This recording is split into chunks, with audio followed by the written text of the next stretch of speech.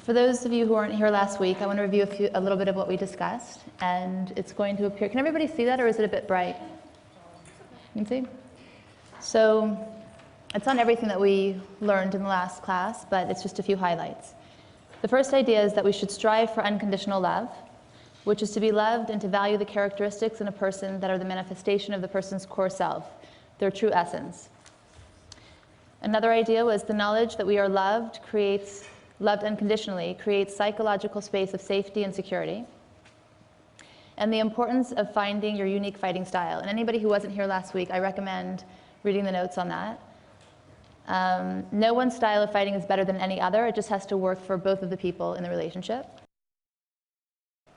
And there was a homework assignment called Rules of Engagement, which was to actually do that, to come with your couple, your partner, and find your style. So sit together and actually create your rules of engagement. So I believe Phil wanted to know how the assignment went. Do we have a mic? Okay. So, to find your worth, okay. So, as far, I don't know, fighting style, geez. Did you have one before the class, or did you come together after and create one? And maybe you had both. We don't fight very often, my girlfriend and I, but when we do, the main thing that I really noticed is seeing her style versus mine after last week, and kind of understanding, knowing what she will probably do when a situation happens. Sorry to talk about you right in front of you, but you can both. And so we talked about it a lot during the week because we both totally understood where each other's coming from when we both react a certain way, and then we can approach it a lot differently and say, okay, my natural tendency is to turn away or whatever. And it was the concept last week that we worked on as far as the turning toward each other was a huge reminder to us. So when it becomes awkward, or I don't want to say awkward, but a situation comes about where it could turn into a fight or whatever, it's like, okay, we need to turn toward each other and move on. It's not that big a deal. Okay, great. Yeah, thanks. Does anybody else want to share something, the homework? No? Okay. So, and if some of you want to watch the class, it's on Kabbalah University as well, so you can watch last week's. And in tonight's lecture, I really tried to, because I know there's a group of different people. Some are in relationships, some are single, some want to get remarried, some never want to get married again. There's a whole spectrum. But if I say something and it pertains under the realm of marriage, don't let that say, okay, I don't really need to hear this now. It doesn't pertain to me because I'm single, or I'm not in a relationship, because that's just you letting yourself off the hook from actually having to hear the information and then change. So really be open to anything, even if you're not married, or even if you think it doesn't pertain. I guarantee you, if you look deep enough and you're open to the information, you will find a connection. So let's begin. Relationships take time and practice. And you're going to find a theme in the lecture tonight that everything is actually an action. It's not just to take information and then to say that was a really nice lecture. I really hope that you're able to hear tonight and take some aspect and really put it into effect. So falling in love is an experience we all cherish. It feels so good. It's what we long for. And as we learned in last week's class, this kind of love that I'm talking about is romantic love. It doesn't do the heavy lifting in life, because staying in love requires many expressions of generous behavior. And as a relationship evolves, and maybe people get married, they have children, they need to come to a place where they have cooperation in the relationship. And even that isn't enough to sustain it. In order to have a deeper kind of love, this must emerge. It has to be grounded in compassion, in hope, in forgiveness, in loyalty, tolerance, and respect. And as I was preparing this class, I gave thought to how many people struggle with relationship woes. And it dawned on me that part of the issue is that it's not something that we're taught in school.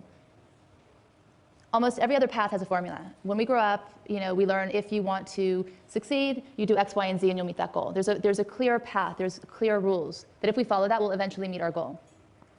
Whether it's in sports or it's in a career path. And we know that if we follow this criteria, eventually we'll meet that goal. But pertaining to love, there's no outline. There's no form on how to maintain the relationship with other people, even starting with friendships as children. And we're social creatures. Our survival as species is dependent on whether we are a good mother or a good father, if we are a good husband or a good wife. And understanding how to have a sustaining and nurturing relationship and friendship is key. Life is full of opportunities for learning love. And as Norman Vincent Peale stated, the world is not a playground, it's a schoolroom. And life is not a holiday, but an education.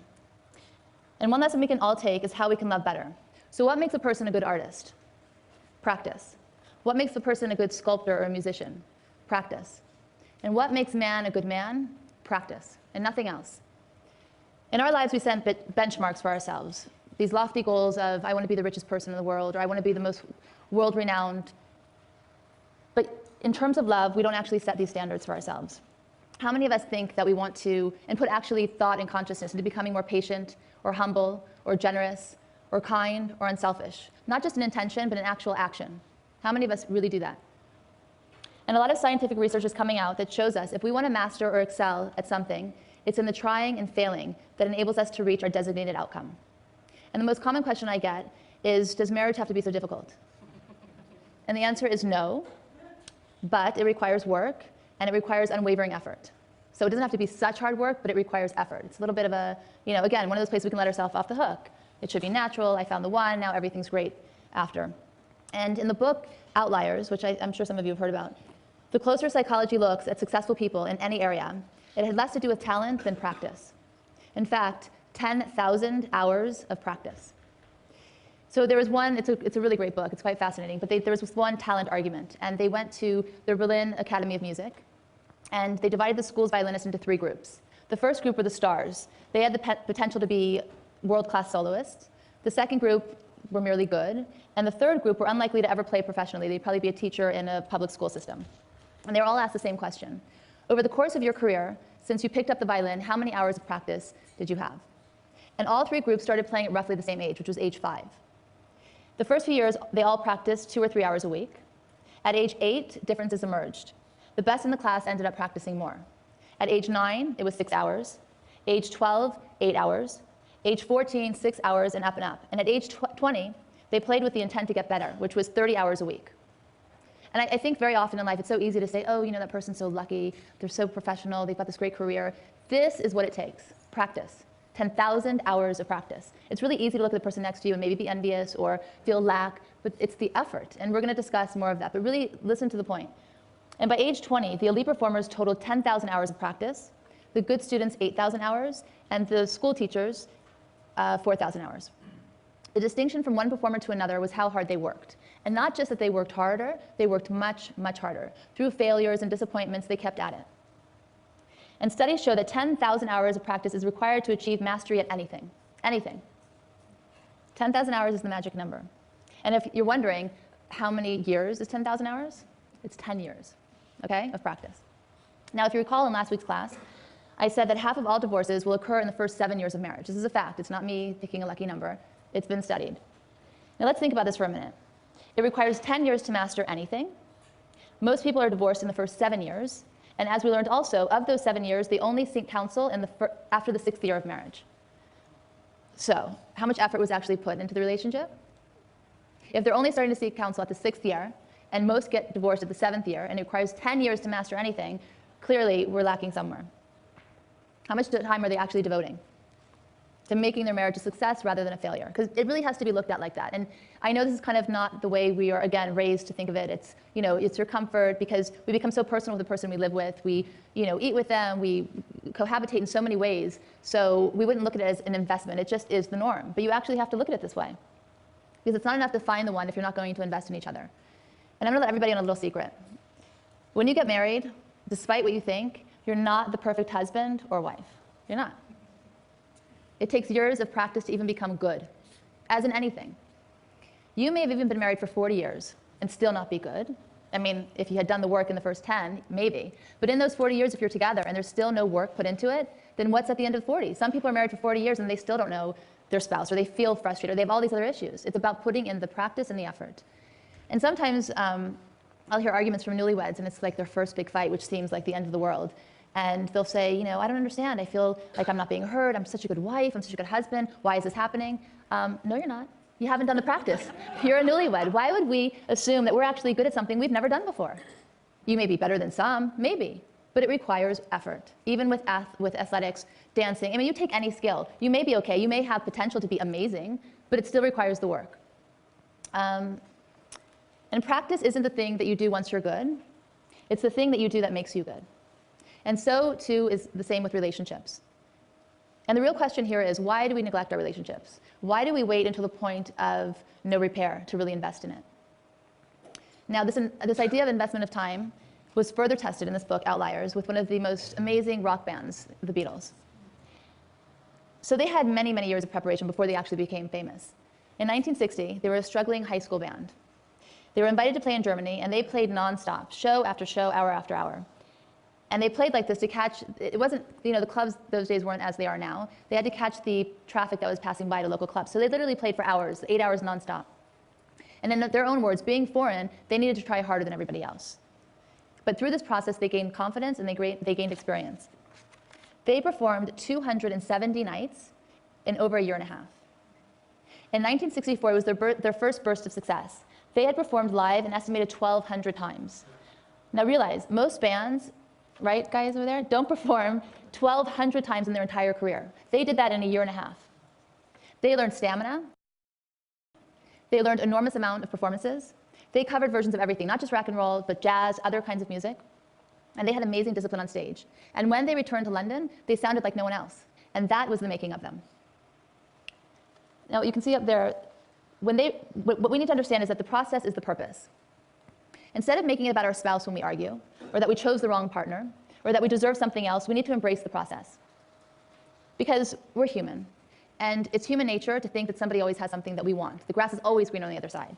But when we have arguments, when we feel let down, when we feel unheard, when our ego is abused or feels bruised, which we'll get to, the first place we go, it's them. It's not me, it's them. I chose wrong, or he's just like his mother or his father. We go to all these places. But if we get to the place where we can understand that the process, everything that comes about in our cassette, in our movie, is ultimately the purpose, it's going to make us who we should be, then who wouldn't line up? We'd be the first in line for that experience if we really want to be happy. If we really want, and Kabbalah teaches this, we're supposed to leave this world differently than how we came into it. And if we really believe in that evolution, then anybody who can point that out to us, we're going to welcome. The process is the purpose in anything in life. If you look at a hardship that you have, you can focus on that. You can focus on the dilemma or the pain, or you can say, I need this. I don't know why. I don't know what I did in a past life. I don't know what I need to learn right now. I need this. And when you embrace the process, then you just do. And then you evolve and you change, and then you're at your purpose. And it may not be the one that you expected, that you were hoping for, but it's the one that you need and will ultimately cherish. And often, when things go wrong in our relationships, that's our mindset. It's black or white. And we can either get stuck as a victim, or we can move on and get divorced. Neither option is really what we're supposed to gain from it. And if you don't invest in your relationship now, it's not going to feel good. And I guarantee you, in 10 years from now, it's not going to feel any better. And if we think about it, some of the best books, memoirs, romance novels, if it ended in the middle of a hardship, would we want to finish reading it? Would we feel inspired? No. There's always a struggle, there's always a drama, and the lesson is at the end of it, right? If you're reading a book and it's like this crazy thing happened and that's it, you didn't read it, then you stopped in the middle. What was the process? What's the purpose? Now, the great Kabbalist Rav Ashlag said, great secrets are not those that are difficult to understand, but rather they're difficult to do. And this is a true gem. This is exactly what I'm referring to tonight. So if practice makes perfect, how do I start? And the first place to start is to appreciate your partner. And we discussed a little bit of this idea last week, and we're going to go further into it tonight, and that is turning toward each other. And this is up there as well. We need to create time where we can come back together with our significant other to reconnect and share. This is a fundamental aspect of any relationship, and we must put the time in. Close relationships consist of a series of emotional bids. Emotional bids is basically our partner reaching out to us and wanting an emotional connection. And it's displayed with a comment, a question, a smile, a hug. Pierre Reverdy said, there's no love, there are only proofs of love. So whatever love we might feel in our hearts, others will only see through our actions. And an example of this is a very mundane moment in a relationship, and you may wonder, why is she pointing out this boring, mundane thing, but you'll understand in a minute. There's a couple sitting together, imagine this, because I think, in honesty, I'm sure many of us seen this exchange through our parents, or the opposite of this, or just different relationships. I laughed when I read it, but there's a couple sitting together, and the husband looks out the window and says, wow, look at that boat. And the wife peers over her magazine and says, yeah, it looks like that big schooner we saw last summer. The husband grunts. Now this may seem unbearably boring, but on the contrary, when couples engage in lots of chit-chat like this, what's really happening is that the husband and wife are connecting. They're turning toward each other. In couples that live together unhappily, these moments are rare. More often in this scenario, the wife doesn't even look up from her magazine, and if she does, the husband doesn't even acknowledge her. So it's these little subtle moments that we've all seen. And I want to bring them to your attention because it's very easy, as difficult as it may seem, it's very easy to make a relationship the best. It really is. You can, I mean, if not, it seems like insanity to me. Why be with somebody who you're so unhappy with? Life is not supposed to be unhappy.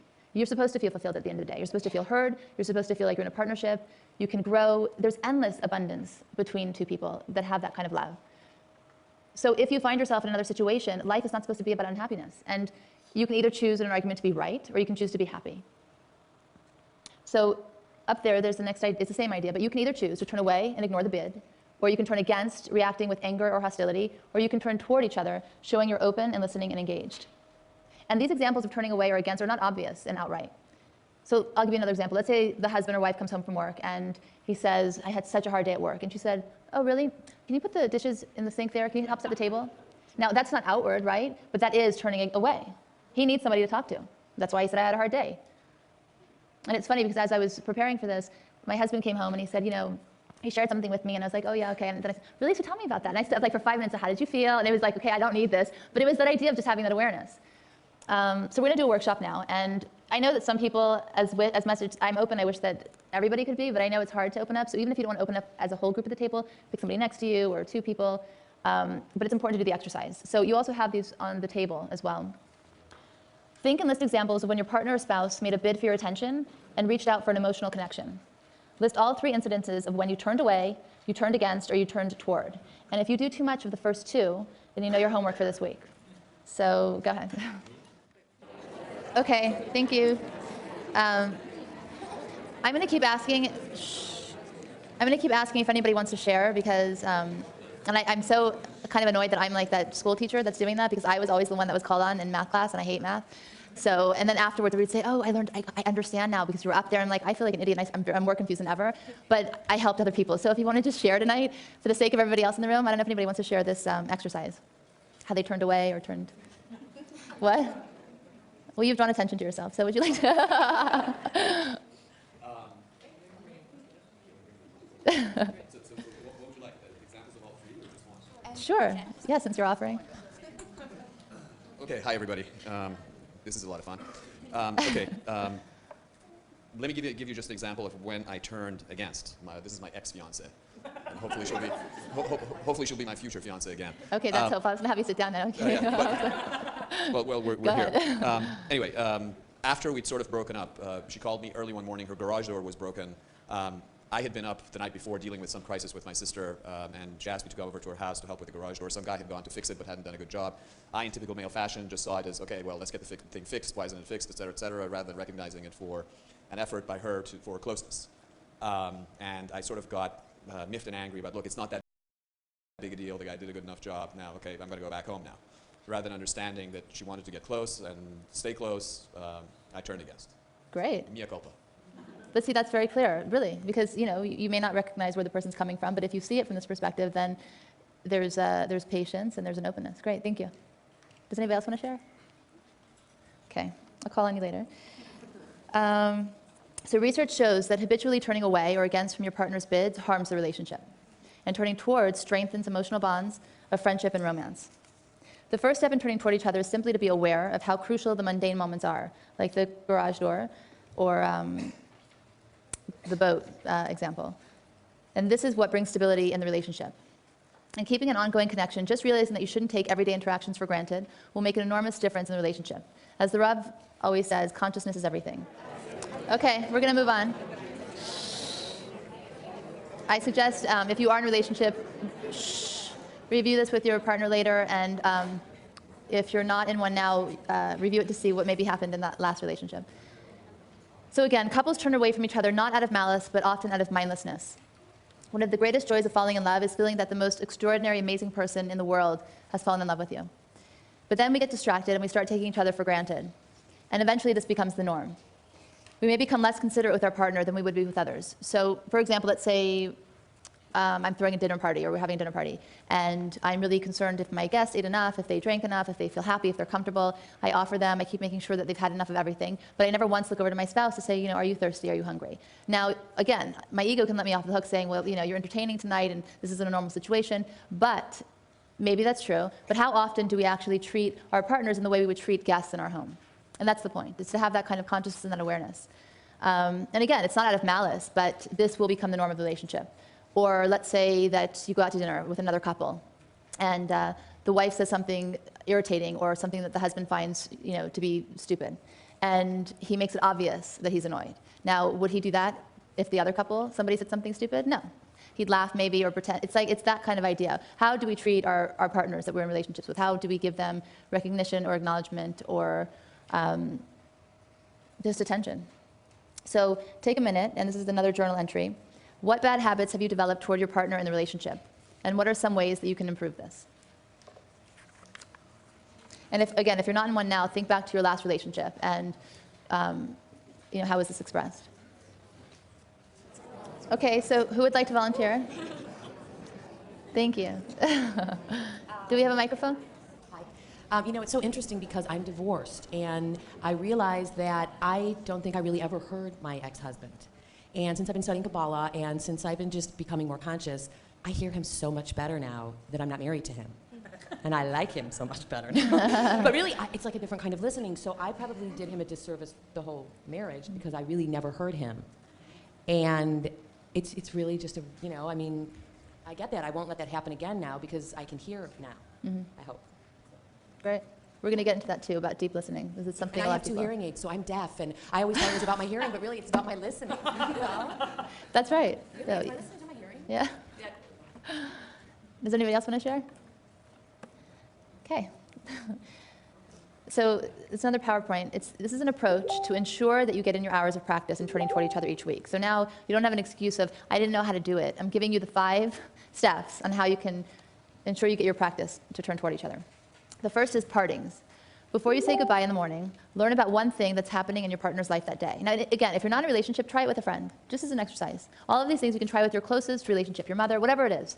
Just start to think in this way so that you get the practice that you need for when you do find your mate. So an example of this is, know who they're having lunch with, if they have lunch with the boss that day, or a doctor's appointment, or a call with an old friend. You're aware of what they're experiencing in those days, or in that day that you're apart in those hours. Key, okay? 2, reunions. Engage in stress-reducing conversations at the end of each workday, meaning, I hope we know what that means. You come home, how was your day, and talk about other things, really. Just allow yourself to be you. 3, admiration and appreciation. Find some way every day to communicate genuine affection and appreciation toward each other. 4, affection. Kiss, hold, and touch each other during the day, during the time that you are together. Kiss each other before going to sleep. Now, I'm going to give you some food for thought, because sometimes we can justify why we don't do things. Well, he or she's withholding, and they're not affectionate, or there's no place. Somebody has to be the one that's going to do this, and has to be the lead in this, and then the partner will follow. But if you need more just basic information, here's food for thought. When hugging, 6 seconds, I like these little tidbits, is the minimum time necessary to promote the flow of oxytocin and serotonin, the mood-boosting chemicals that promote bonding. Okay, so if you're going to hug, count to 6. And this allows tension and minor irritation that have built up over the day to be released. I actually tested this week, and after 6 seconds, suddenly you just kind of feel a little bit more relaxed. 47% of people are more apt to feel close to a family member who often expresses affection than to one who rarely does. Now, this also lends itself well to siblings who say, oh, mom loves you more, and all this nonsense. Maybe they just hug more. They're just showing affection more. There's all kinds of reasons, right? So showing affection is key there. And hugging relieves stress, boosts feelings of closeness, and even relieves pain. In one study, people assigned to 5 hugs each day for a month became happier. And the 5th point is weekly date. A relaxed way to stay connected during date night, focus on high-quality communication, meaning not discussing daily tasks, but exchanging personal thoughts, feelings, goals, and desires. Now, high-quality communication ranges from politics to religion, childhood memories to current events, and even TV programs. Okay, clear? Now, happy relationships are based on deep friendship. Friendship fuels the flame of love, because it offers the best protection against feeling adversarial towards your spouse, despite inevitable disagreements, because they come up in any relationship. They're inevitable. When your positive thoughts about each other are so strong, they tend to supersede your negative feelings, and therefore, it takes much more significant conflict to lose your equilibrium as a couple. You're able to assume positive things about your lives together and give each other the benefit of the doubt when obstacles arise. Benefit of the doubt is key. So this includes, let's say, when you speak harshly to each other, you look at the cause behind it. So let's say a couple, one speaks really in a curt manner, and what happens here, they're edgy, right? So you can either take it personally, or you can say, I know that my partner has a presentation this week, or a speech tonight, Thursday at 8:30 at the Kabbalah Center, and is feeling nervous, and that's why maybe she's edgy or whatever, right? You give them the benefit of the doubt. It's not personal because you have a strong foundation now. That's one example. If you do something inconsiderate, you entertain the idea that it was just mindlessness and not malice. The emphasis on the positive is similar to the set point approach to weight loss. and that is, it's a popular theory that the body has a set weight.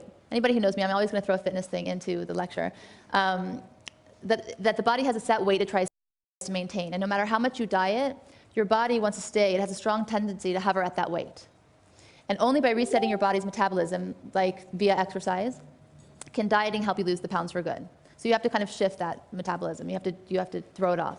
And marriage is the same in terms of positive and negative. It operates similarly. Once your marriage gets set at a certain degree of positivity, it will take far more negativity to harm your relationship than if your set point were set lower. Okay? Now, most marriages start off with a very high positive set point, that it's hard for either partner to imagine that the relationship will ever derail, right? When you first get together, you think, oh, we're so good, we love spending time together, we talk. You can never imagine that it's going to go down from there. It takes maintenance, right? So eventually, what happens is it's something called negative sentiment override. And that's when your negative feelings about each other outweigh your positive. And then resentment builds up to the point that friendship becomes more of an abstraction.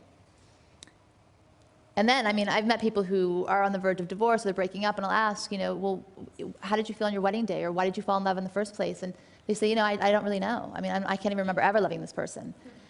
It does, it happens, because you rewrite history when you're in this kind of place. And even words that are said in a neutral tone are taken the wrong way. So for example, a husband and wife, let's say, the wife tells her husband, you're not supposed to set the microwave at that frequency. And he'll say, but she said it just matter-of-factly. And he'll say, I know, why are you telling me? I read the manual. It's those kinds of things. When you're starting at a low point, then everything is kind of misheard and misunderstood. So as an exercise for 1 week only, I'm asking everybody here, and again, not just with your partner, but any relationship, try to be extra thoughtful when it comes to them. Refrain from saying anything negative, and only do things that are positive or considerate. Now, I realize this is extreme behavior, but it's 1 week out of your life. And become aware of how much your inclination is to say something negative, because you're going to refrain from it. So you're going to start counting how many times in a day that's where you go. Just try as an exercise. And what's going to happen is that if you refrain from it, then you're automatically going to say, okay, well, let me say something positive. Let me look for the good. And it's going to shift that. It's going to shift what's going on in your head, and then your actions will follow. So it's a very powerful exercise. Now, to form and maintain friendships, naturally you must like someone, but you also must be likable. Very often in a relationship or friendships, we focus on what the other person can give us, how sensitive they are to our needs, and how consistent they are with their expressions of love. Okay, we all do this. I'm not putting the finger at anybody. We all do this. But it's important to focus on yourself first. And by this I mean, what is it that you're generating for your partner or for the relationship that you're in? What amount of time do you spend smiling during the conversation? Do you show interest in what they share with you? Is your demeanor open and engaged?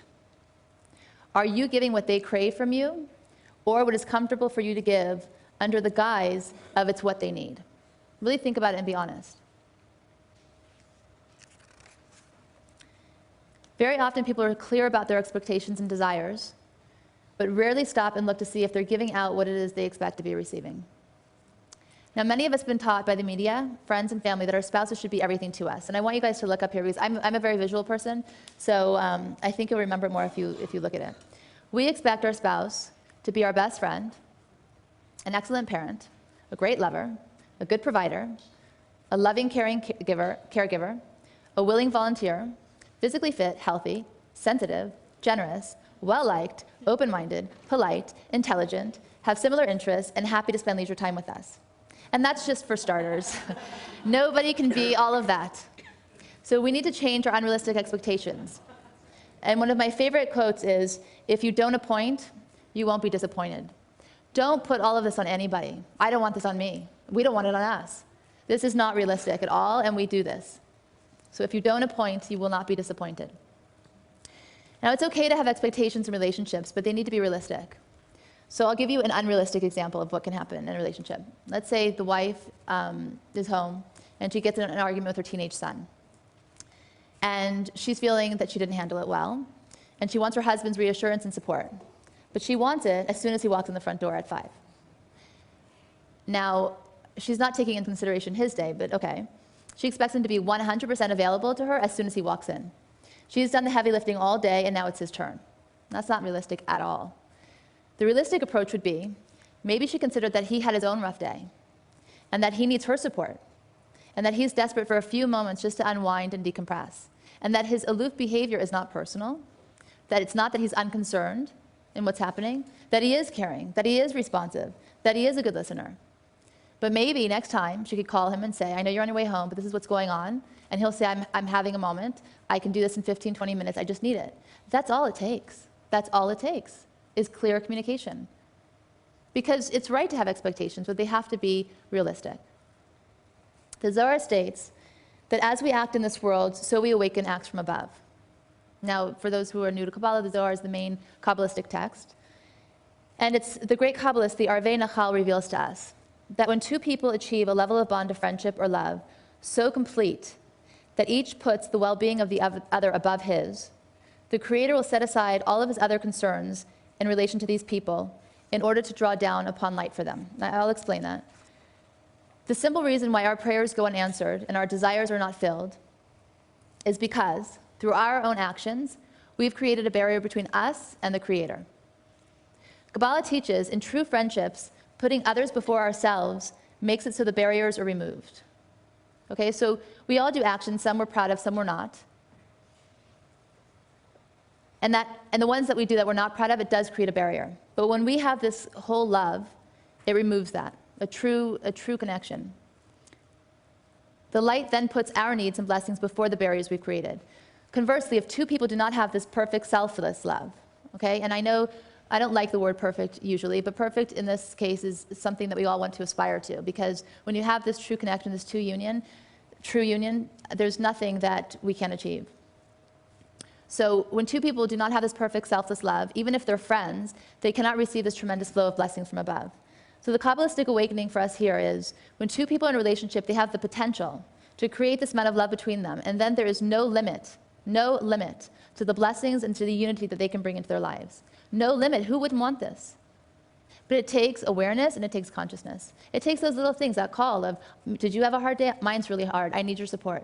That you come together, because often it's all about how I'm feeling. We get in our head, we're unheard. And what happens is it's one thing over the other thing over the other thing, and it piles up. And even if you've been married for 40 years, or you're just married, or you're single, you can always change anything. Everything is always changing. Nothing is the same, right? The only constant is change.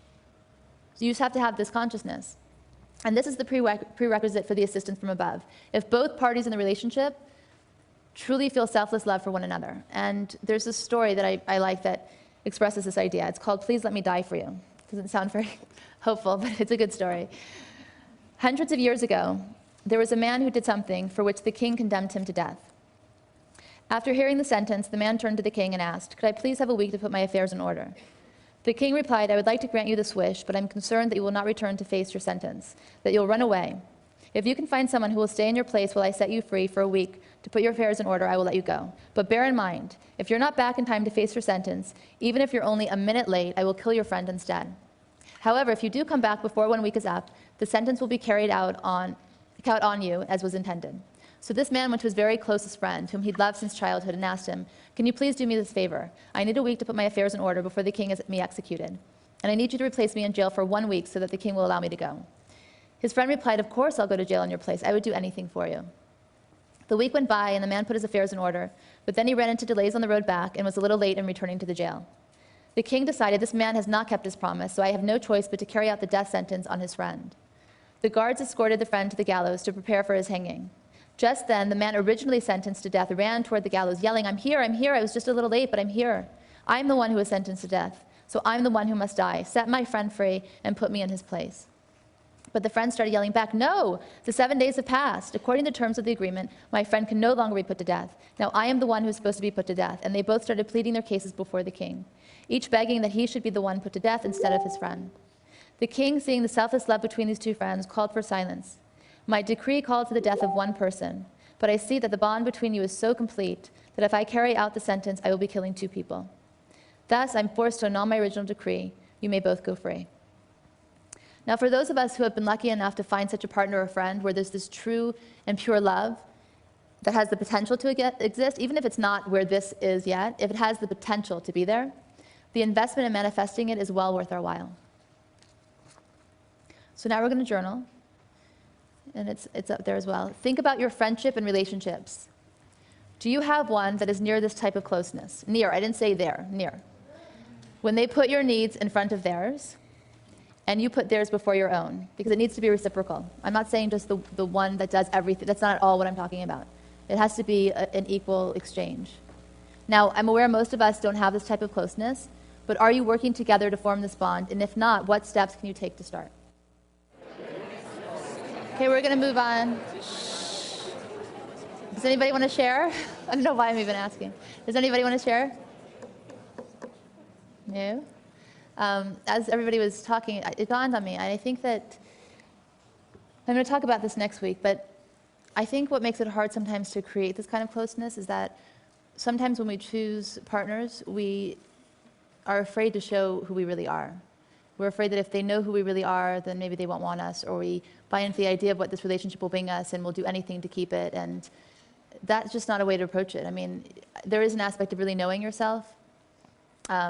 Somebody asked me the other day, and she said, did you have a lot of relationships before you got married? Did you date a lot of men? And I said, actually, I never had a boyfriend before my husband. And it's odd that we actually found each other and we knew because I didn't have anything to base it on. But prior to getting married, the relationship I focused on was that with myself, that I really wanted to know who I was, because I was at a place where I was very unhappy in life, and I thought, I don't want to really, this doesn't make sense. I don't want to live in this world if this is what it's about. So who am I? What matters to me? Who am I, really?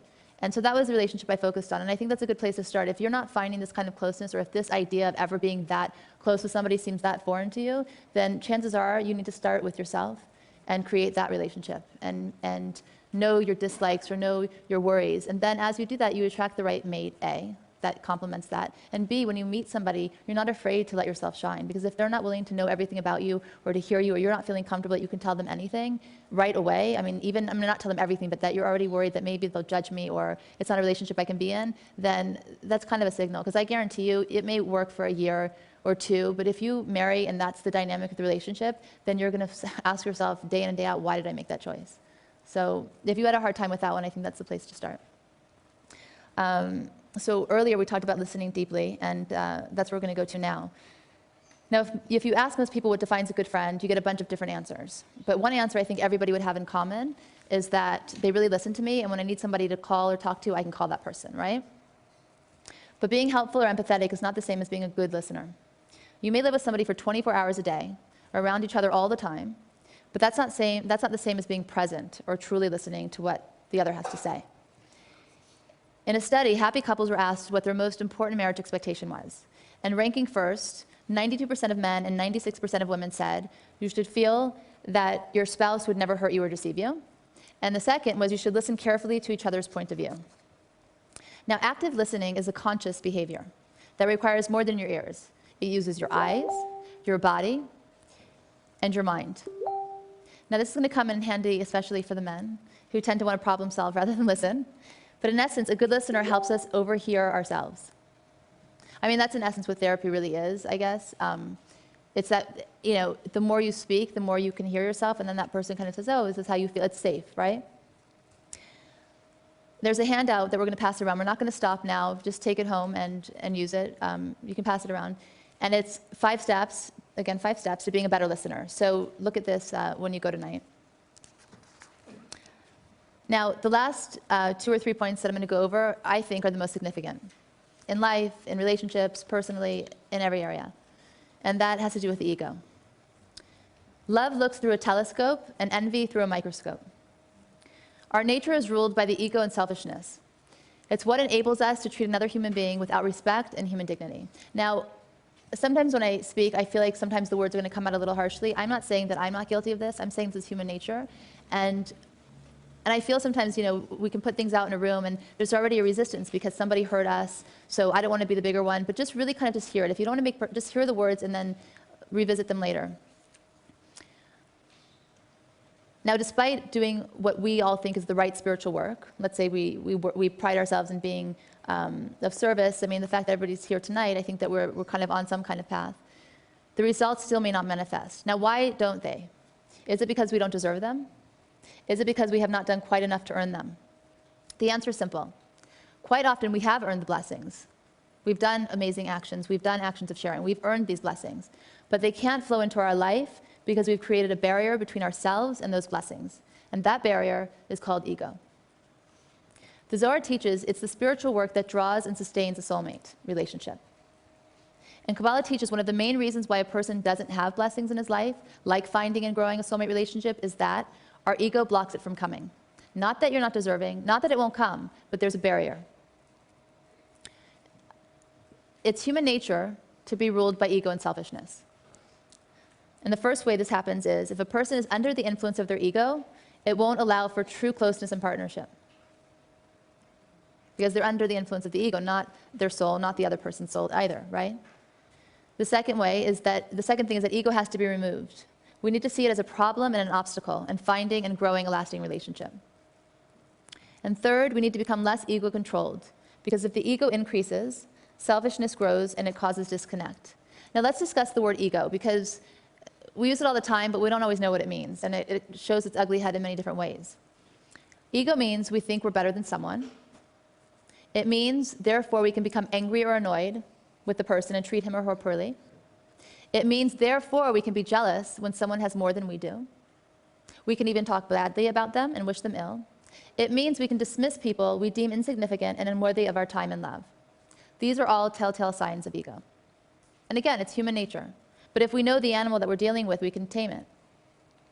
So now we're going to journal. Take a minute and focus on how you've treated your partner or someone close to you over the past week or weeks. List when you've been dismissive, mean, or jealous. And write how you could be kinder and more considerate. And make a commitment in how you'll do this in the coming week. Now, don't do this because you want to be spiritual, or it's the right thing to do, or you want to be a good person. Do it because you know in your heart it's going to remove the barrier between you and the blessings that you have created and that are ready to come to you. That's the only reason to do it. So the next thing is, it's called That's Silly. We even often sabotage ourselves. We work so hard in other areas of our lives to awaken blessings only to block them from entering because of our silly ego. We can sweeten the judgment that we create through our actions through a simple but sometimes difficult task, and that is to make fun of ourselves. When we can come to a point where we can laugh at ourselves, then we can laugh at the poor choice we made, we can sweeten the judgment, and then we can make real change. Often we take ourselves very seriously. We even take the negative things we do very seriously, and what steps we have to take to correct them. Now this is one level of change, right? Like I woke up in the morning, I was in a bad mood. I yelled at my husband or my wife, my friend. Then I go to work, somebody else upset me. Then I lashed at another person. And then at the end of the day, I sit and I say, you know, I shouldn't have done that. I think about it. I'm going to change it in the future. You know, you take it very seriously how you acted. Now that is one level of change, but we're still taking ourselves very seriously. But the ultimate level is that we look at our lives and we say, it's a joke. I behaved like that. I got angry at that person. I allowed myself to speak negatively in that way. It's a joke. It's ridiculous. It's not even an option in my life. So the deeper level of that example is to look back at your day or week and say, whoever that guy was, the me that was an idiot. It's laughable the way that person behaved. That's not me. We want to become disconnected from that person, that behavior. It has to become foreign to us. And it's a huge difference between the two. One of them, we take ourselves very seriously. Again, I shouldn't have done that. It wasn't perfect. I see what I need to correct. And the other one, which is deeper, is say, I see all the silliness in my behavior. It's just silly. That's not me. You just shed it. To laugh at ourselves, really.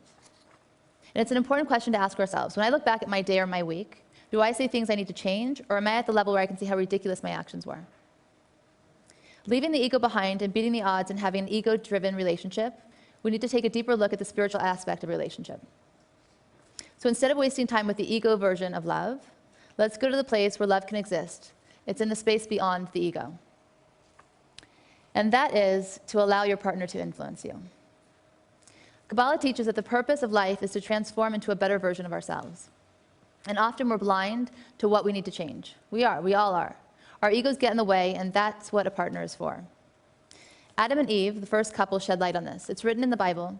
The Creator said, it's not good for man to be alone. Let me create a helpmate opposing him. Why the word opposing? What does the word opposing mean in this context? It means that because our ego, our blind spots, we need someone with us, supporting us, challenging us, and reminding us of the qualities we need to perfect. Instead of hiding our weak points from them, We need to reveal our truest self, including our vulnerabilities, to that person. To that one person that we've chosen to spend the rest of our lives with. I mean, if not, I still don't understand that. What's the point of going through all the trouble? To live together, to get married, to share assets, and then to withhold the most important thing, you. If we're honest with ourselves, most of us are not that open to change or hearing criticism, not from our friends, not from our partners, not really from many people. And this brings one couple to mind. They were married for many years, and in fact, in many ways, they were the perfect couple in terms of they loved each other, they created a life together, they were able to call each other on their stuff. And at the beginning of the marriage, they were very open to hearing from each other. And at some point, they became very closed. So inevitably, they divorced. And what happened after they divorced, all those things that they told each other they needed to change, they became so much worse in it. They became, like, it grew tenfold. Because suddenly they felt justified. No, I didn't need to change in this relationship. That was your problem. You kept criticizing me, you pointed it out to me. But in fact, what they were bringing out in each other and pointing out is what they really need to change. And it doesn't matter if they stay together or not at that point. That's not the point. The point is there's something they both need to change. Whether they're in the relationship or not, if you bring it out to the other person, that's the person that's supposed to be closest to you, right? That's your, like Adam and Eve, that's the opposer. They bring things to light for you. Now, you can choose to listen or not, but even if you choose instead to get divorced or end the relationship, those issues that they probably brought up is exactly what you need to change. The reality is that the things we need to change are not what we think we need to change. Very often, it's the areas we truly need to change that we're most blind to, and that's why we need assistance from others. And when both partners accept this purpose and are open and trusting, they can see their way towards a successful, long-term relationship. And the proof that each partner accepts this understanding is their willingness to hear the other's opinions and trusting that whether or not you agree, there is something real for you to learn and to at least hear. You don't have to agree. You don't have to say, I accept what you're saying, I hear you, okay, I'm going to change right away. No, but hear them, listen, sit with it. And if you do that, they'll feel heard. You'll hear them. You may not agree, but then you'll come back and say, you said this to me. I am a little hurt by it, but I'm open to you. Do you really see that? It doesn't have to be this big confrontation. And he may say, yeah, I noticed it. It's like you have all these other great qualities, but it's a dialogue then. This must exist in any long-term, healthy relationship that will be sustaining. So let's journal here. This is the last journal of the night, so don't worry. How do you allow yourself to be influenced in a positive way by your partner? Or are you resistant to the idea altogether? And I was just thinking, in my own relationship, I've had a girlfriend once, she told me, various things about myself, and, she was going through her own thing, but at the time I thought, this is so weird. Does she really feel this way about me? And it came as kind of a shock. So I went to my husband and I said, tell me. I trust you. Like, am I really this person? Tell me. I want to hear it. I want to know. The thing is that you should really get to that place in a relationship where you can go and say, if I really have this thing I need to change, tell me. I trust you. I mean, that's the point. If not, do yourself, you'd probably be happier kind of alone. But that's not the purpose. We're supposed to be with somebody. We're supposed to give love. We're supposed to exchange. We're supposed to feel vulnerable and safe. You want to create this kind of relationship, and you can, but you have to understand this idea. There's no room for ego, and we need to influence each other in positive ways. Anyway, go on. Okay. Shh. Does anybody want to share? You too. I'll call Annie. Over here.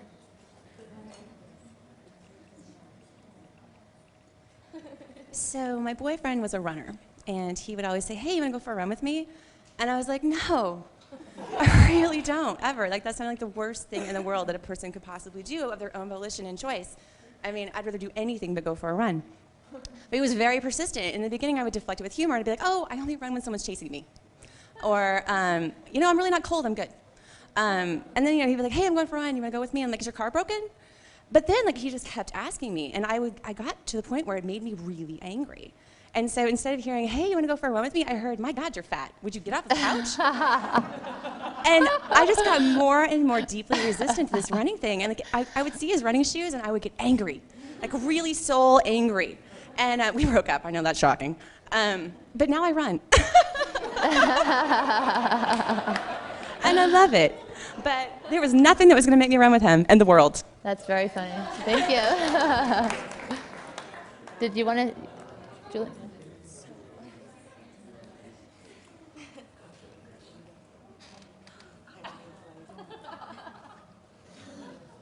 Hi.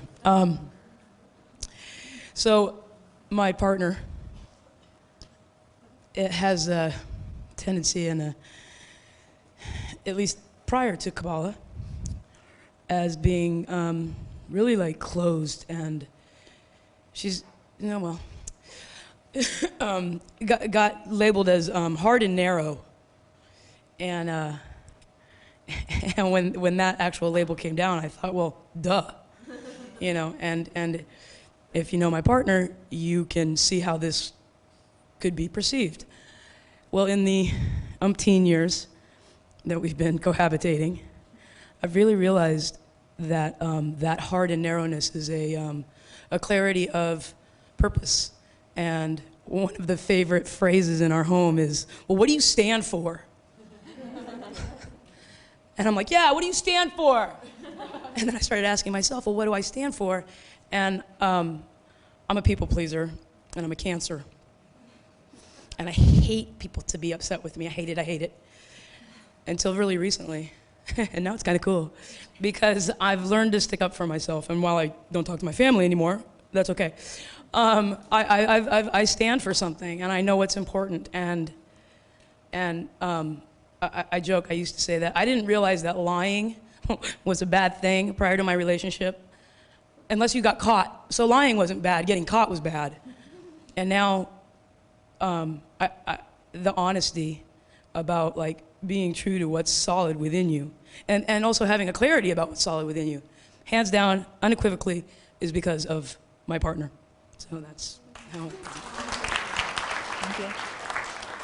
Does anybody else want to say anything? Hi, this is more like a plead for help. I need advice, and I need a lot. I'm convinced I found my ultimate soulmate. And he, unfortunately, has been living in Hong Kong for, almost 4 years now. And I briefly see him, God, I've only seen him, for 2 weeks out of those 4 years, maybe 18 months ago.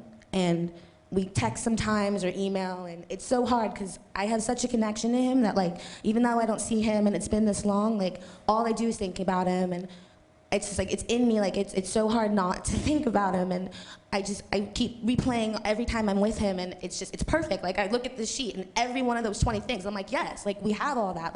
Why can't I be with you? And I understand there's a time lapse because I'm supposed to learn something, or he's supposed to learn something, and it's just not right timing. And I just need someone to help me and tell me what to do, because I can't do this anymore to myself. I need to focus on myself and my own career and my life, and I can't let somebody so far away be in my mind as much. So if anyone can talk to me later, that'd be great. Thank you. Yeah, I'll be helping you a little bit later.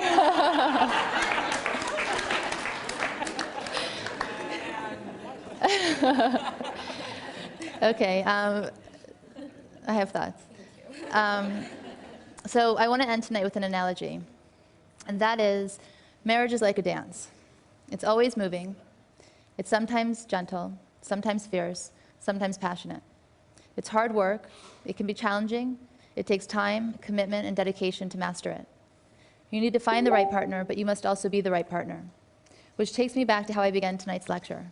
And that is, no one is born the perfect mate. It takes practice. Hours and hours of practice. 10,000 to be exact. Thank you.